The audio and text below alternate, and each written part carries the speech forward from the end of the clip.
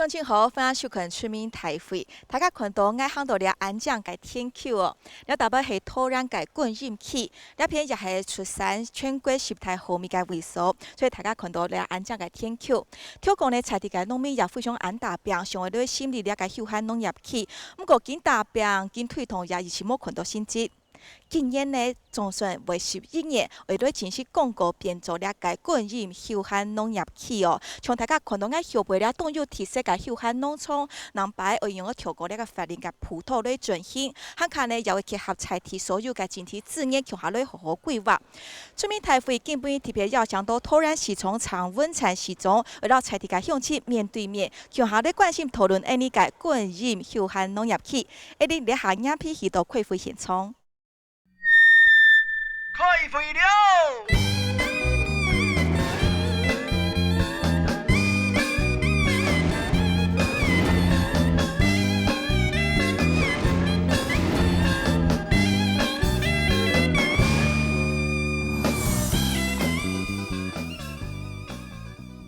好，欢迎大家来好到来到开工界现场哦。杨皮为大家少改对比，第一位呢，我们介绍是桃园市长郑文灿郑市长好。主持人、各位观众、各位乡亲，大家好，大家好。欢迎。题目对比呢，你少改系台湾休闲农业发展协会的经理杨正义，杨经理好。主持人好，市长好，还有我们桃园的乡亲，大家好，欢迎。第三位呢，少改系负责推标民传大学休闲游憩管理系的教授罗建文罗老师。主持人好，市长好，各位乡亲大家好，欢迎老师你来。还有我们观音地区的乡亲朋友，你们好。我们知道早期在台湾的桃园的观音地区，因为工业污染严重哦，所以那时候为了要净化水质呢，就种了莲花来过滤。那这个有心插柳，柳果然也成荫了哈。那一片莲花莲叶和甜甜的美景呢，也就造就了我们观音跟新屋地区一办18年的热闹莲花季的活动。那所以现在有一个美名啊，叫做南白河北观音，所以每年的夏天6月到9月这段时间，其实赏莲客是很多的。所以在观音附近这个新屋地区这一块呢，农场也很多，所以从吃、从玩、从喝、从看，其实还蛮有的操作的。现条卡被养平来看，其实你下个莲花规办都很容易行。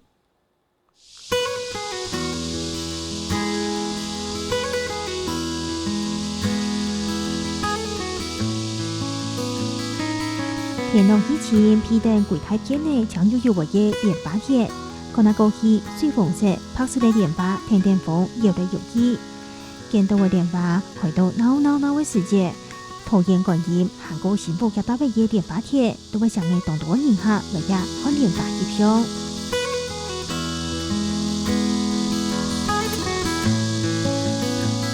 看到蓮花上嘅動人客來呀留了。對頭八夜桃園嘅政府開始辦頭一屆嘅蓮花季都見，盼嚟18年內馬上提高，甚過一下人客無從頭八按到位。是有點可惜呀，因為這畢竟還蠻有名氣的，然後這樣看起來很多花都是沒有人照顧到的。因為以前有路標，現在路標好像都已經拆掉了。這個本來就覺得蠻可惜的，因為幾年前這邊有大王蓮會非常出名，它現在好像已經荒廢掉了。而家看望人客嘅蓮花貼，就啲桃園新婦，天天隔壁種嘅觀音向下種蓮花，頭擺種青島家下。新婦同觀音種嘅蓮花有為幾百公頃，其中觀音有80公頃卡價，去年降到50公頃，今年再個最高又有65公頃。新婦係到20公頃以下嘅降到春末3公頃。依家觀音新婦嘅蓮花人安放嘅時間，唔是上下我背路全部都色差。但是你下因為大家感覺可能係因為利益唔係收益當多。所以呢，慢慢一定可能是冇做下去。頭擺倡議嘅蓮花季，種蓮花嘅農場至少並有以下800元嘅收入，也係人客見來見社會。觀音種蓮花嘅農場，每對50件，供到傳統一下嘅19件天天。事實上是有減少了一些。那因為有些就是說，第一個，台灣本身大環境的休閒農場越來越多，這個大環境的競爭。喺台北講到蓮花，就不想到南北河嘅觀音，桃園種蓮花種嚟過20年呢，因在可能大嘅时间有限制，韩国实现真正的调整，有考看到天灾关系，是知道桃园的研发产业都到位动态的问题。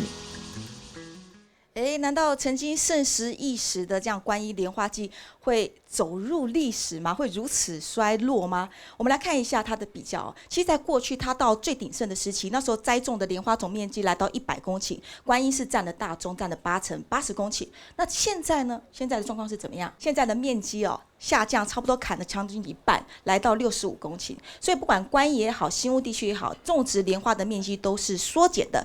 莲花变小，是不是看头就变弱了？没有什么人来呢？我先请教在地的乡亲97年那时候，那时候经费比较高，那可能有到1000万那么多吗？有。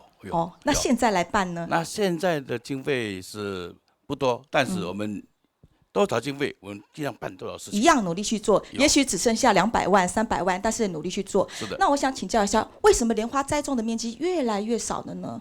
那时候我们的推广渔业特产，那时候刚开始也不多，慢慢的推广之后，而且我们在地的这个乡亲们呢，是对这个他这个对我们的参与的活动，都很热心，对，所以说那时候很多人参加这个活动，参加这个莲花季的活动，到后来呢，我们在90几年的时候，那时候正兴盛的时候，那时候经费有一个关系啦，是。那现在呢，虽然说经费没那么多，没那么高，但是我们办理的活动配合的活动程度也很好。像外部的政策来讲话，是不是多少因为休耕政策现在要一起耕一起休，以至于像莲花这种特殊作物，它没有办法根除嘛，一旦种了只能种下去，所以这个农民因为领不到补助，慢慢这意愿也降低，所以面积一直缩。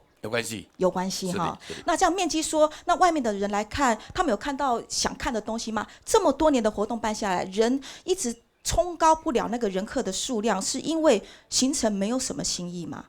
不是，虽然说那时候越来越少，但是最近这几年呢，又恢复了兴盛的，所以有谷底攀升。一定的。那最主要原因呢，因为我们做叫市政府这边，把一些活动集中在我们的主会场这边来办理，是吸引到的顾客。是，谢谢你总干事。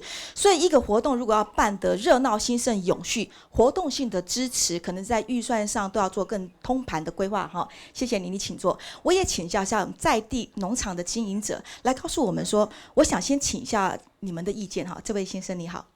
之前我们在莲花季最鼎盛的时候，那个人潮真的是很多，真的非常的多。但以我个人农场来讲，其实坦白说，我一直经营到今年第19年，其实每年来的游客，其实坦白讲，几十万人一定都会有一个水准在，它固定维持一个水准在。那我们希望说，整个推动这个观音整个区的游玩的一个方向，我希望说，今天我们的休区大概有600甲，那我希望说，我们的公部门呢，能够协助我们这个休区的部分，能够怎么做？当然说，我先请教大哥，我们这通过规划的这个观音的休闲农业区有600甲最高上限，可是我们现在种的莲花面积只有65公顷呢，是啊，所以那面积非常少。所以你觉得，如果说要扩大那样一个效应，现在要来提高扩大种莲花的面积，你觉得是不是一个关键？对，没错，应该所谓的树大便生美哈。那现在农民又不想种，你觉得希望政府能够协助怎么样来诱因、来鼓励农民多加种植呢？我一个建议就是说，比方说我现在在休区里面，那如果说我现在在这个休区里面，这600甲里面，如果我种植莲花，但我们不期待所有农民去配合种莲花，尽量种，对，尽量种。那如果说我今天种了300甲，对，或400甲，对。那有些农民说，我的效益我怎么去做我的产跟销的一些问题嘛，对不对？那如果说我们农会啊或公部门能够协助这个产跟销，比方说我们可以做莲花酒啊、莲花醋啊、莲子醋啊这些所有的我们地方的农特产品，那产跟销有一个通路，那也可以创造我们自己的一个特色产品出来的时候呢，那在休区里面种植莲花的话，它有特别的去奖励你，比方说我给你管理费，那比方说我1甲地比种稻子多了5000块或多少钱，是一个举例。那多一个管理费的时候，农民就愿意去种，那他销路也没有问题。那自己那个农会啊或者公所这边公部门可以协助我们这个加工成立做这个自己的特色产品是或是伴手礼的部分呢，这一贯的下来呢，其实坦白讲，这个地方会很好玩。好，谢谢。来自于地方的提议，我先请教我们的市长哦。其实农民需要帮助，请问如何在通过修区之后，我们可以鼓励来扩大它的种植面积？然后农民也提到，其实提高它的附加产业价值，这点也是重要。我们怎么样来协助呢？观音休闲农业区是一个很大的发展。那莲花产业其实我们的来客数这2年是有很大的成长。我认为在观音要提高旅游深度，面积略提高是应该的，但是不是每个人都来种，不是无限的冲高，不是每一个农场都种莲花，有的种有机蔬菜，有的发展那个锦鲤的产业，是，所以让这个休闲农场可以产生一个群聚效应。好，这个是我们获得通过的原因。是，所以将来这个观音莲花园的休闲农业区它是一个农庄体验。而且我们要多元旅游，而且还会加上什么呢？加上民宿，因为这边离大台北很近，那假如说能够有民宿的话，年轻人会增加很多。我们这边的莲花园是配了自行车道啦，所以这边是一个很好的自行车的一个绿色旅游的地方，所以一定要把这些元素把它加总在一起，这个休闲农业区才会成功。那其实这2年我们是采取了一个叫做集中规划。所以莲花季的期间人潮是很多，那个跟主持人理解有点小错误啦。其实来客数很多，只是说我们看到以前高峰期已经过了，那我们现在重新找到第2阶段我们莲花产业的发展方向，所以我们才会定个休闲农业区做方向。那请问目前现在的现有耕地的面积是65嘛？刚刚我们同名大哥提到，这不叫耕地，是莲花池啦。莲花池，他们想说在莲花池的这个栽种面积可以再有所扩增，希望给农民有一些管理费用啊，或者是来鼓励扶植。这个重点是说每个休闲农场要辅导，比如说我们现在桃园合法申请的休闲农场13家，整个桃园。那我们现在申请中的、筹设中的31家，大幅的增加3倍。我的目标数是希望到达100家啦。那以前我们桃园确实在这个休闲农业上是落后的，也一定要让大家知道，在我上任之前，全国除了离岛以外，只有台北市跟桃园市没有休闲农业区。全国划设了多少个呢？划设了78个。现在还加一个变79个了。对。我们桃园第1个通过，我预定桃园要申请8个，那观音是第1个通过的，所以在这里我们一定很用心的照顾整体的休闲农业区的公共设施，以及每个休闲农场要产生特色。那未来呢，还要结合民宿。是，谢谢市长所以市长分析到，所以呢，这个观音在将来可以划定公告为休区之后，很多相关的利多政策友善的支持，会来带动整个地方发展的产业。我们刚刚市长也提到了一点其实呢，休闲农业是台湾现在一个农业的新的形态，变成一种友善的农企业。那全台湾来看，其实过去这个休区发展时间都很早，各个地区我们看到宜兰是最多的，占了有14个，其他像新竹、苗栗这些客家县份，还有台中都不会少。那我们桃园过去长期以来都是0，农民大哥讲了，过去在推动都很无力，做了那么久，总算现在看到一线曙光。我先请教经理我们这一次的这个观音休闲农业区将在11月15号可以正式划定通过。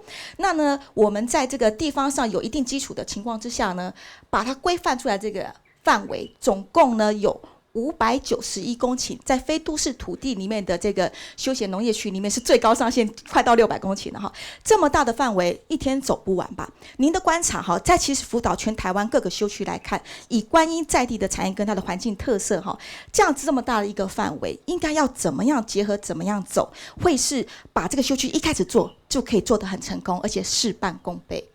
主持人提到说300公顷这么大的范围，其实以休闲农，我们市长也有提到，我们以休闲农业来讲，虽然观音这边是莲花是主题，可是主题以外还是有其他的东西，因为1年不可能只做1个月。是对，那这是我们休闲农业在辅导我们业者的时候很重要一点，就是说你拿一个东西当主题，可是你其他10个月你还是要做其他的东西出来。是，所以我们市长有提到说，我们可以有提到我们有洛神，那我们提到我们这边有在地的生态，那甚至我们可以拉到沿海区，也有沿海区的生态，其实生产生活生态这3个东西都可以做，都是休闲农业的范畴。这样说起来，是不是旅游的行程要设计跟规划？对，旅游的其实现在的休闲农业，台湾休闲农业这么发达，其实消费者也很聪明的啦。你一个东西，你的主题性不，你的流程主题性不够的话，其实不会吸引消费者。那重点是在于流程的主题性跟深度够不够，而不是在于你怎么行销。是因为现在游客会自动帮你行销。现在的资讯网络这么发达，对，是好，我们请市长补充。观音是一个这个典型的客家的农庄，但是观音也是滨海，所以我们这边有白沙甲灯塔，是北部地区历史最悠久的灯塔，非常漂亮，大概是1897年开始兴建，100多年。那原来是由那个海关在管理，后来移转给交通部的观光局。那我们正在跟他研究，把那个周边现在正在做风景区的改善，然后接着那个外海的地方，白沙甲的海岸是北部地区很好的风帆的一个地点，每天都很多人，所以我们是希望说从这个观音莲花园的休闲农业区串联到甘泉寺，串联到白沙甲，变成一个旅游的套装行程。那刚才我们的专家其实都说得很好，就是要让我们自己有独特性啦。我们这里离机场很近，是，所以我们基本的人数不会太差。但是一定要让旅游的深度是跟特点提高，所以不能只有玩一种啦。所以我们将来即使盖民宿每一家都要不一样。如果你每一家民宿都一样，就没人来啦。一定是每一家大家各显神通。那休闲农业区成立以后，不是以莲花为单一的诉求，要多元。是。那为什么我们不强调面积？我再说明一次，因为白河那是种来吃的，莲藕莲子来吃的，我们是观赏的。观赏求精就对了。我们是观赏的，所以我们着重在农村的体验，是，所以面积不是最重要的，是要有特色。谢谢市长在这边强调他认为这个莲花区这个休闲区的重点，莲花固然是，但是莲花结合其他周边的亮点，会是它更有企图心要去拓展的。玩法有很多种，我们在地的区位非常好，我们桃园就200多万人，台北也200多万人，我们又是国门之都，这个区位真好。那不过现在休区要通过了，大家在地方实际操作现在有什么东西是欠缺，需要赶快补上的？我们把时间开放给在地的业者跟乡亲来说明。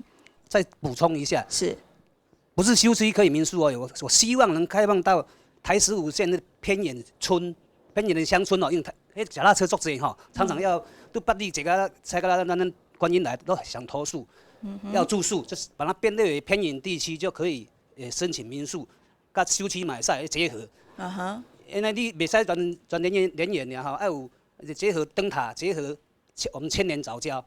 千年早教是全台湾咱独特的桃园之宝那既然那么重要的亮点，也要结合进来。咱的四宝嘞所以要把它多元化，跟它深度，你讲深度之旅呢，让外国人嘛也来看。是，好，这个是我的重点。是，谢谢。还是希望在行程多元化，那多元化怎么落实，需要专家，也需要我们在地一起来努力还有这位乡亲朋友要提出意见，你好。现在观音其实大概比较著名就是莲花季嘛，所以大概都在6月到9月比较有游客来，那其他的月份其实就还蛮冷清的，对啊。不过其实就我们在这边经营这么多年之后，其实我们有发现其实观音因为刚刚市长也讲是在海边嘛，是，所以其实这边冬天其实还蛮冷的，东北季风也蛮强的。不过我倒是觉得其实春天还蛮可以发展，因为其实夏天是莲花季嘛，然后春天然后可以做，而且我们桃园是全台湾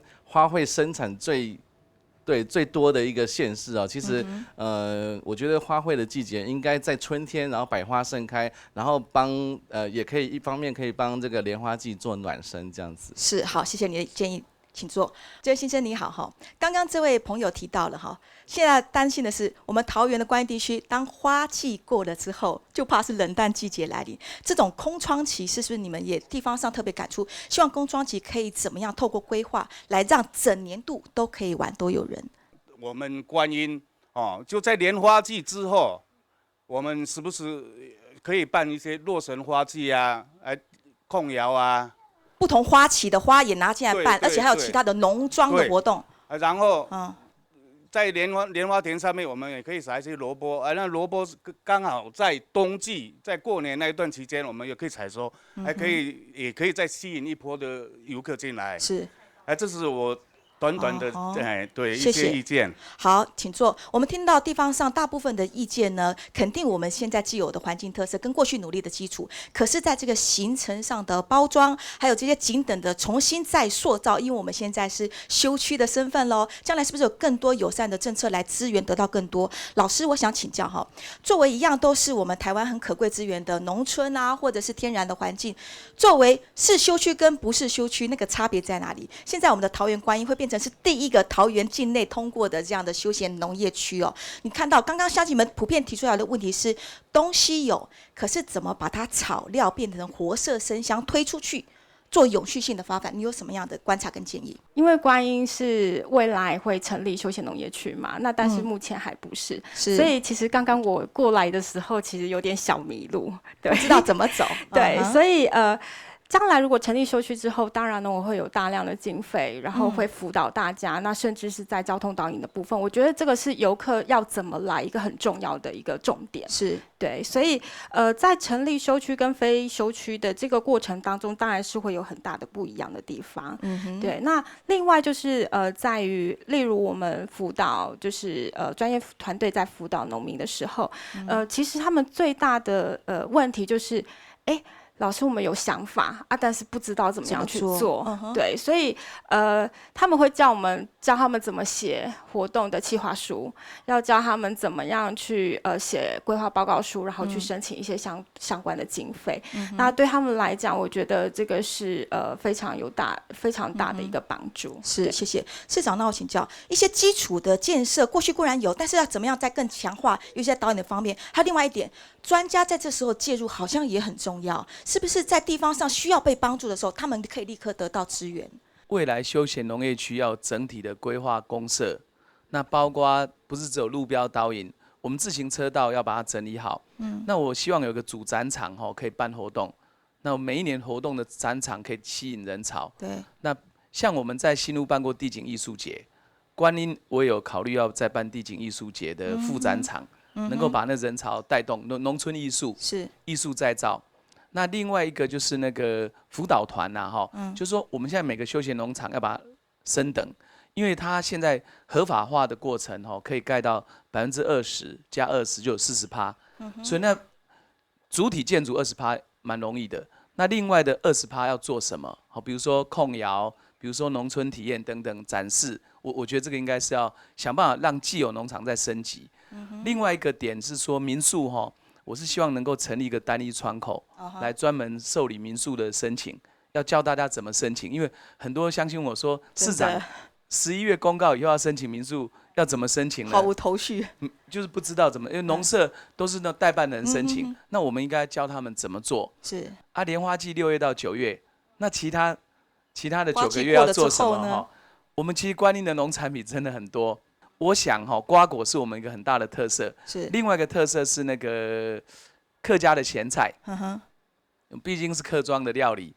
那我是觉得这个可能我们在发展比如说1年12个月，那我们有几个重要主题活动，不能只有莲花季，出来是比如说莲花季，瓜果节，比如说洛神花节，那配合地景艺术加进来，让我们这个整个区全年都有不同活动。那当然，刚才有一个乡亲说，那骑那个西滨快速道路台15线来骑到观音就累了，所以这里可能因为我们休闲农业区好像没有到台15线这个我再来检讨，看看能不能够说让民宿的线可以配合单车。是那今年这个过了以后，我想还是要成立专责办公室，然后规划经费。那以前我们只有办活动经费，现在规划设施也需要经费。是，谢谢市长。休区做好来，然后休闲农场它是每一个新兴可以布满整个天河，所以那个新兴农场很重要。那我再请教一下林大哥，从我们观音在地来讲，我们的农场数也不会少，而且各具特色在未来休区在确定划定之后，农场希望可以怎么样来发光发热？希望有一些什么建议呢？如果说有公部门的资源的话，我是希望说这个资源是放在公共的场域里面。那其实农民要赚钱，他自己可以很努力的把自己的钱花在自己的刀口上。我是很支持，就是说这个公共的资源一定要把这个公共设施做好。比方说我们关于发展莲花文化，那我们要推展这个地方，我们不只是农业局需要协助我们，我们需要观光局协助我们，我们需要莲花有莲花的文化，文化局可以协助我们，部会处室都要一起合作，他一定要这样子做，这个产业会很平衡，而且会很深度。那另外一个就是说，如果说因为我们关于有一个比较大的缺点，就是说它没有公共场域。那如果今天有公共场域的话，那比方说，我们有10甲。就比方说，一个说一个碧塘的一个腹地，那我们可以像巴德那个生态区，对不对？那生态区呢，我们所有办的活动都在那一边，那甚至我们有培养一群的莲花舞者在那边，随时365天，随时客人要预约，我们都可以在那边表演，他们就会有意愿啊。那农民市集可以进去，那这个地方就起来了。是，谢谢你，发言相当的踊跃哦。你先写看，等一下呢，还有乡亲朋友提出问题，你掌柜的一并请教我们的市长来做回应。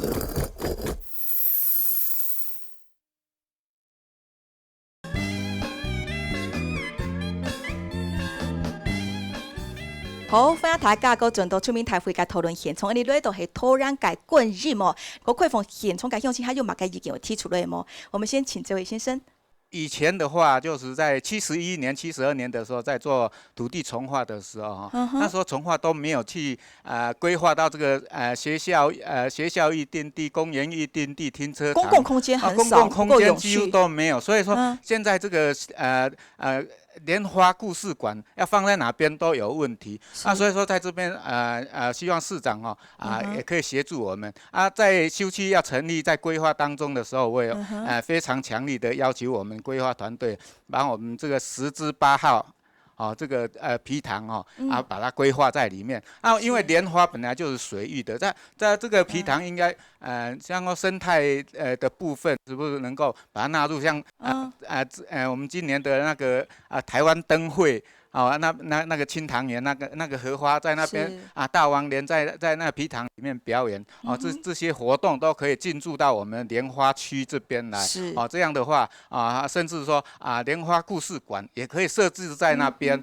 但是這個可能是埤塘的話就是牽涉到這個很多的土地使用的法令又要開始來討論文化遺產的部分是不是說看市長這邊能夠協助，因為這個地景藝術節我也參與過好多年，所以說也希望說地景藝術也可以移到我們觀音這邊來好的，謝謝您提的意見。還有這位鄉親，您好。那我在這邊有一點點問題想請市政府跟農委會來幫忙，就是說我們目前已經從事農業休閒的這一些農場，很多的建築物。對，有一部分是有政府有補助的，也有包括農委會也有補助，以前都有補助過。後來因為法令的問題，就是建蔽率的問題，還有農地使用的問題。是，你農地原則上就是農地農業使用，那我們加上一些建築物，就變成非法使用。是，那希望我們市長在這一個方面，法律問題的這一個方面，用地取得，我是希望能夠在我們休區過後，能夠成立一個特別的管道。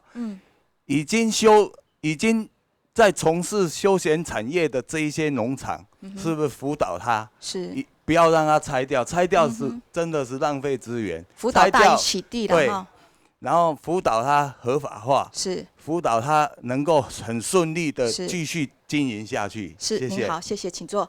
整體鄉親朋友提出來2個問題哈。第一個呢，針對這個休區裡面本來既有的地景要活加利用，這是一個。然後呢，針對這種過去公共空間在重劃上不夠顧及永續這一塊，好比說我們期待的蓮花故事館可以蓋在哪裡，還有相關的公共設施、公設的問題、停車場等等等，這些問題有沒有辦法在土地利用上做一個檢討？第二個問題呢，我們這裡農場過去就很多，也是過去搭配富麗農村啊，或或者是农村再造这些政策背景下所产生的这些地面上的建筑物。可是政策时移世易，有些改变，现在是不是被绑紧了，反而有所不能够施展拳脚？透过修区之后，也不能在法令上解套。这是大家问，我们就请市长来做回应。那我想未来这个600公顷的区我们市政府可能在规划的阶段需要择定一个主展场，把设施设进来。那将来甚至他车停这边，他骑脚踏车去跑就好了。我觉得这样子可能会更绿色、更环保。那这个部分我们会投资钱。其实我们在观音莲花季编的预算是宽的，现在我是想把它特色跟深度做出来。是。我在农业的部分的预算我们桃园市向来比较不会吝啬啦。那个我们的农业小而美、小而强。另外一个是那个庄里长建议的我倒是觉得真的是一个必须要面对的问题。是。因为早期这些休闲农场很多没申请。那刚才我们别的县市说0.5公顷就可以申请休闲农场，可以盖20%，再加外加设施20%，就40%。其实这条件算蛮宽松的，坦白讲，加上民宿可以盖15间，这个也很宽松。问题是现有的怎么办？你现有的不可能拆掉重来啊。对呀。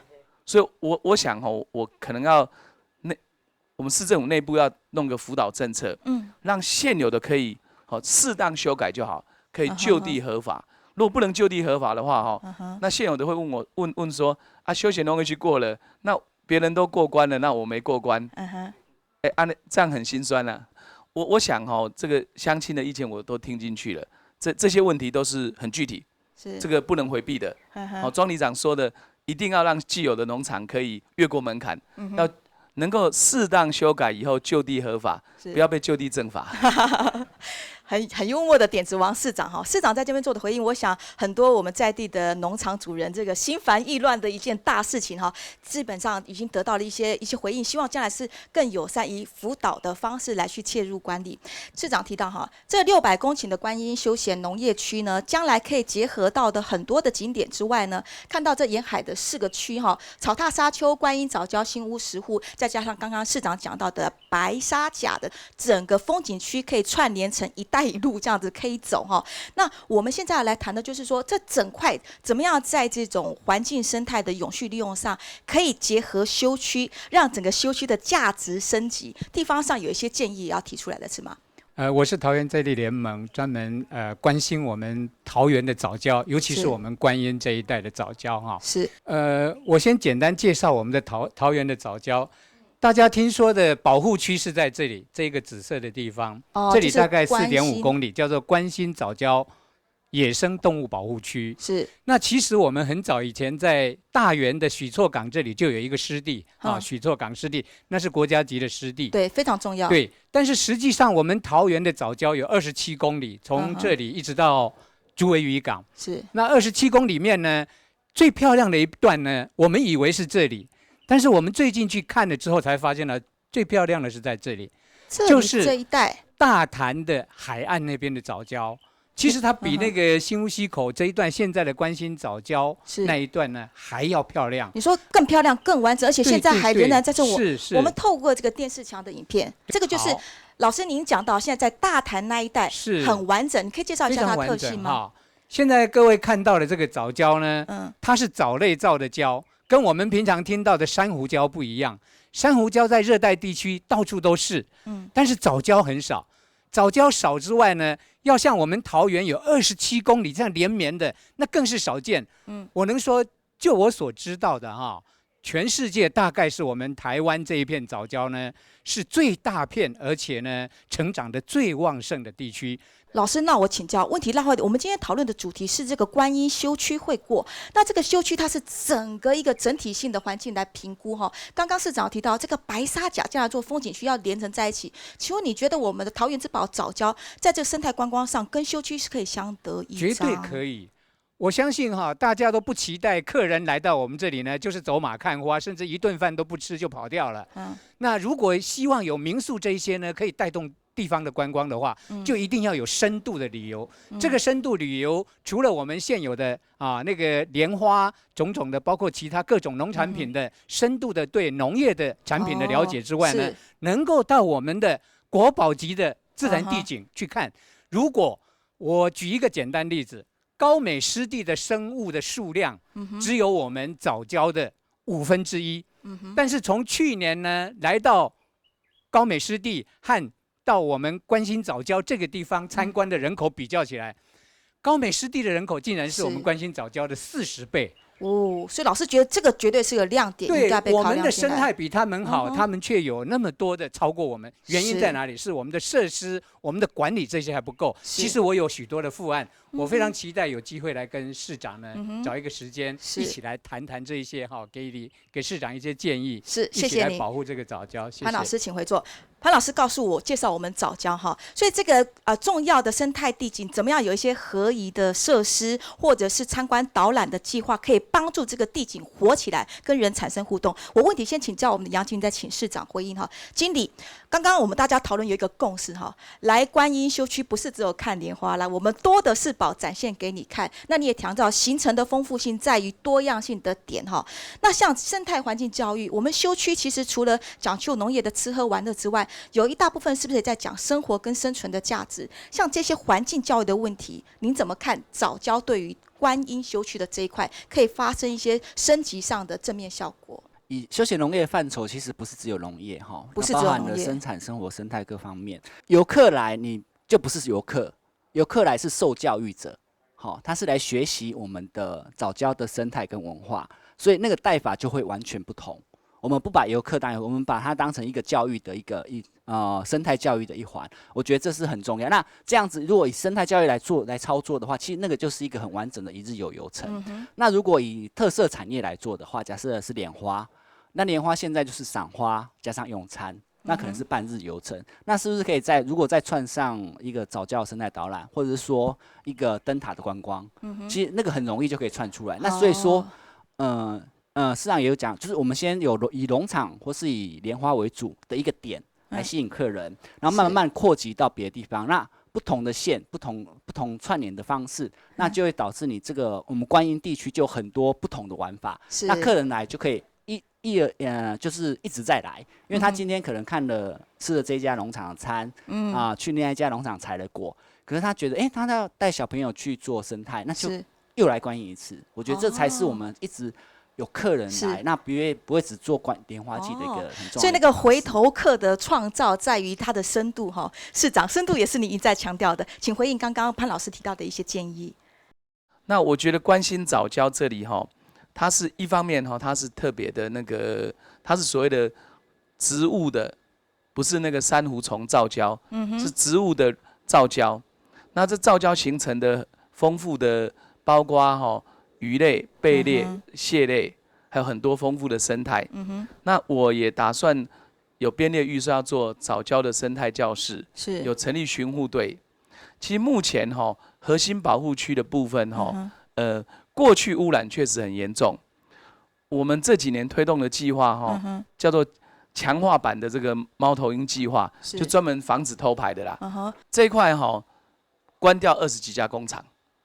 铁腕政策，真有魄力。勒令停工，罚了快2亿，所以它的污染值大幅下降。今年在海洋污染指标上，桃园是大幅的提高。我们这个 KPI 指标，我在河川跟海洋污染这2年，我是基本上进度我是满意的，但是还要再努力。那现在就是说，其他还有没有藻礁的区域要再调查，再来保护？这个刚潘老师讲的是说，他说那个。以前那个观塘港那个地方有藻礁，这个部分我们也委托那个中央大学在调查。那不过这个计划不是市政府的计划啦，是那个大潭电厂是台电的计划，那第3接收站是中油的计划。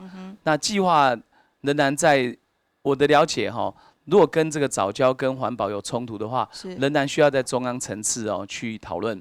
但是在我们休区的出发点希望对我们有益的这样的一个景点，是一个都不会放弃。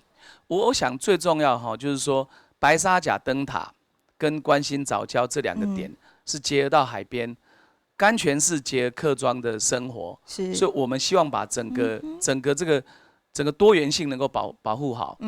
整体盘点哈，然后在分区特色做出来，找出我们桃园市每一区它的发展动力哈。刚刚市长也提到，其实要串联周边，包括观音、新屋等等所有的景点，做咧向下咧发展。因为咧看哦，用个透过不管是同业还是异业结盟，做咧用个咧走。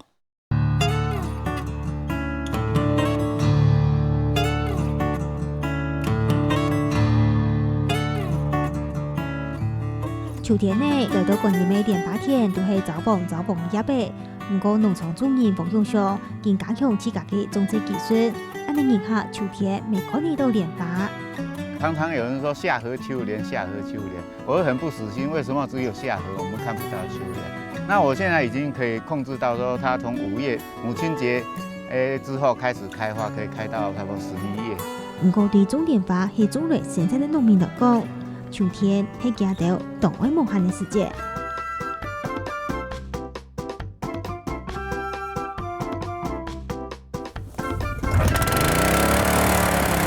用台马国的水晶虫，我哋呀早蹦的莲花田流度来做边境。其实就是说，我们做农场的哈，就多方面尝试啦，种莲花嘛，然后除了观赏莲子的以外，种一些可以吃藕的，延续它的季节。农民今面在外界来增加莲花的附加价值，同样嘅来经营农场下派家己。从喺2.2年，东人就会去观音的莲花休闲农场享受下周时体会乐线。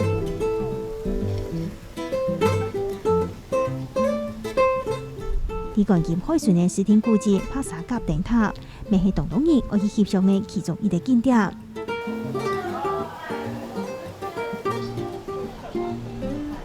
还有菜地的信用中心、观前寺，咪去到观音品尝可以摆放的蔬菜。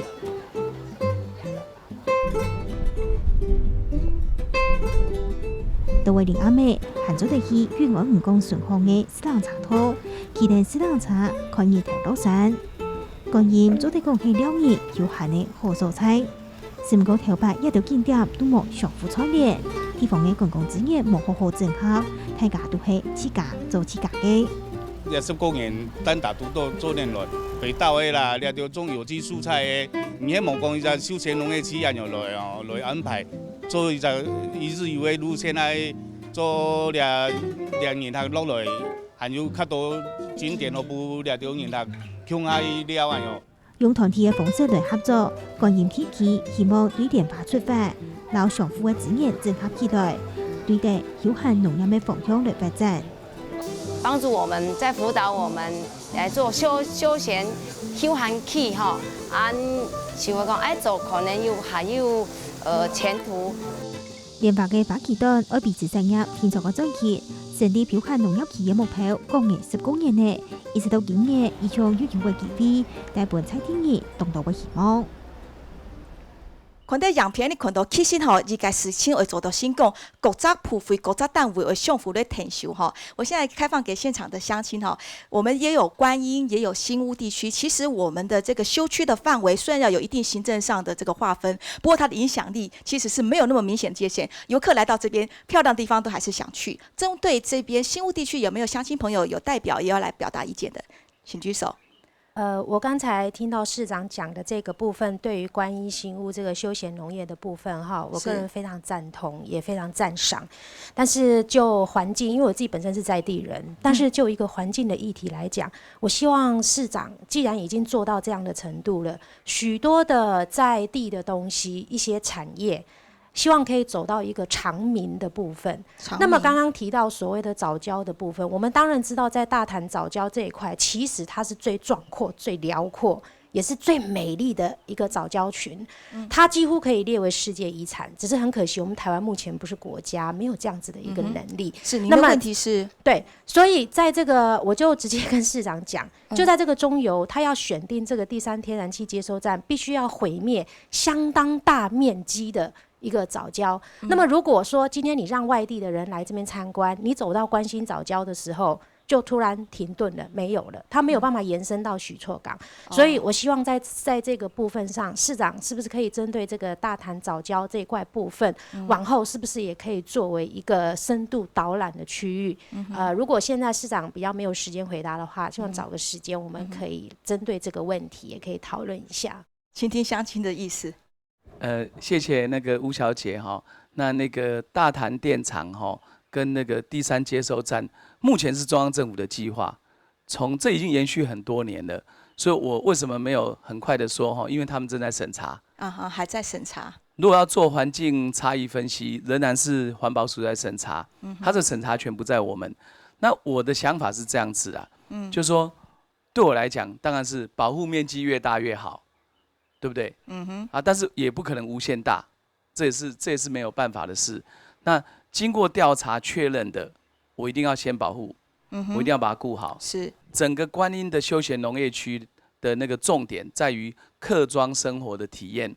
那包括这个我刚刚讲的这些环境啦，这个环境包括我们的这个美好的农村的生态，骑单车，包括我们的这个海边的生态。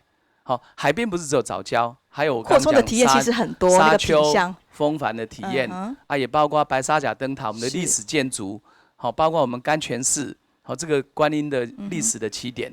那我认为这是要整合性的来行销观音。是在各种冲突当中，可能找到最大利多。还有其他乡亲朋友会反映的吗？来个欣赏。我想说，莲花季要有人潮的话一定要有那个办活动啊。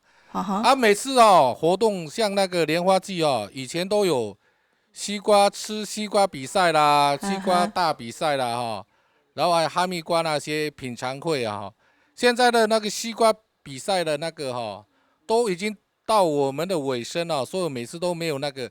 你要有活动，一定要有东西给他带回去嘛，他才会想说我明年要来又有西瓜可以吃，然后又可以带回去。每次办活动都是没有西瓜可以吃所以可以说莲花季可以再早一点，再早一点的话，我们这边是产期到处都可以买得到可是他们莲花季的时候，我们这边都买不到东西人潮来的时候要有等路回去没有等路回去的话，他就不会有那个印象说我莲花季来的时候有西瓜可以吃，又可以西瓜可以买回去我们这边的西瓜品质又很好，是。所以希望莲花季能再早个半个月这样会比较好。所以作物生产出来，可是希望可以发挥结合一些效益。谢谢你这位乡亲。刚刚大家在讲休息的成立其实没有讲到在地的行销。我们在地有很多很好吃的在地米、桃园米，一些农特产。在地行销，它有没有把它规划这个区块里面，帮忙我们这些农民怎么做行销这个区块这样子，自产自销的部分。像比如说今年我们观音区农会就有2组都进入了入围的那个金列好米，是非常好的一个那个，所以说可以帮我们也行销这个区块在地农民的农特产这样。所以刚刚大哥讲来看莲花，也想吃到好吃西瓜，也可以带好米，对，好米回去，带一些我们好的蔬菜水果，西瓜那些都可以带回去。好，谢谢。那针对乡亲提出来问题，我就先请罗老师来做一些回应。如果成立休区之后，除了我刚刚讲的交通导引告示牌，然后等等的一些公共设施。那在公共设施，譬如说像刚刚乡亲也有提到的故事馆要放在哪里，然后整个动线怎么样去做串联。那乡民有提到东西怎么行销，好，这个都会有专业的辅导团队过来跟大家说明怎么样去做。在我们辅导的过程当中，他们真的有想法，但是不知道怎么做。对，这个是他们最大的问题。是，谢谢罗老师。那最后杨经理，其实呢，在地方上大家都也跃跃欲试希望真的可以放手一搏。我一直觉得观音这边、桃园这边不欠客人，因为你们的位置比宜兰好。客人很多，不怕没客人。你们地理因为我们要谈旅游，我们是新闻农业，可是我们也是旅游。